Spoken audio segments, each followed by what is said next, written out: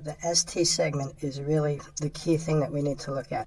So to review what that means, the ST segment is this portion here, and it's defined as the end of the QRS, right here, which is also known as the J point, the end of the QRS or the J point. We start there, and we go to the beginning of the T wave. Now in this case, it's very easy to see where the T wave starts. We're going to find sometimes the T wave kind of blurs into the ST segment, and it's a little bit harder to figure out. So our ST segment is right here.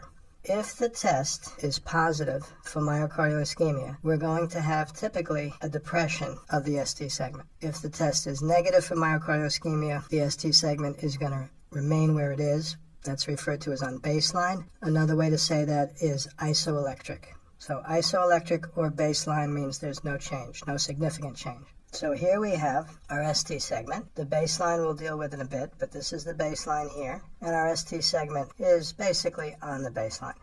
Here's our baseline, and here our ST segment is significantly below the level of our baseline.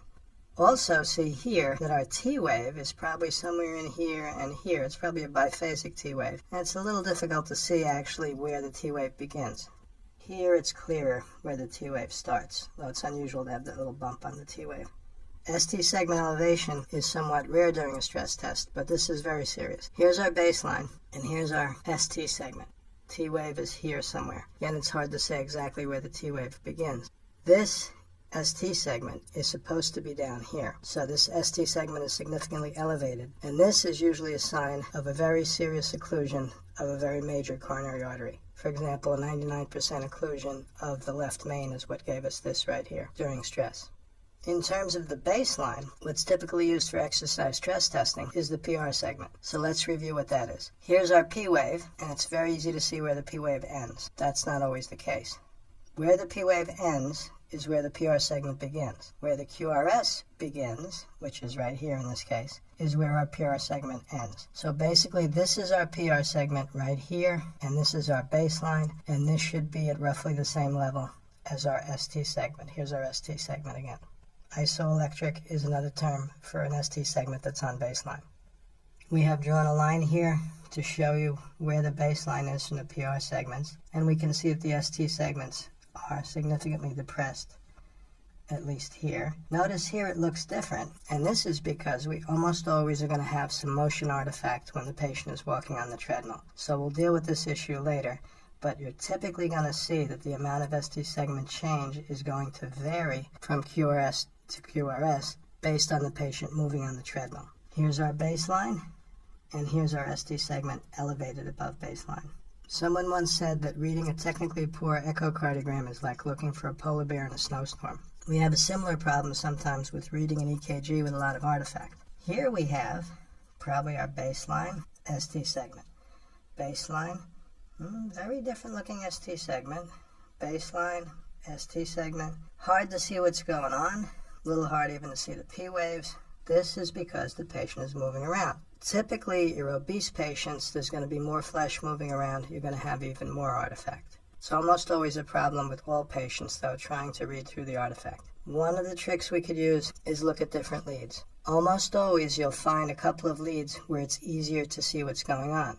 Now, we have to keep in mind the idea of contiguous leads looking for ST segment depression. For example, if we think there's some ST segment depression in lead 1, well, we're going to go ahead and look at AVL, right? If we think there's something going on in V5, we're going to look at V6 and V4. So looking at neighboring leads can be helpful.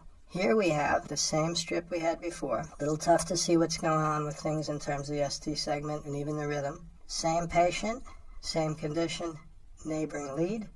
A lot easier to see the ST segment, which probably is depressed consistently. Here's our baseline ST segment. Baseline ST segment seems to be depressed all of the time, and we can see our rhythm better. We can see our P waves a lot better. Maybe here, we can't really tell if it's depressed. Here, yes, it does seem to consistently be ST segment depression. Many people use the 3 in a row rule to help sort this out. It's kind of an unofficial thing, but it seems to work well. If we have significant ST segment depression in 3 in a row, or more than 3 in a row of our QRSTs, then we're willing to believe typically that it's real as opposed to artifactual. If it's not there consistently, which we're defining here as 3 in a row or more, then it probably is just artifact. When we have our maximal exercise strip, which is automatically run by the stress machine, the patient is moving maximally, and we tend to have a lot of times maximal artifact. Very difficult to read.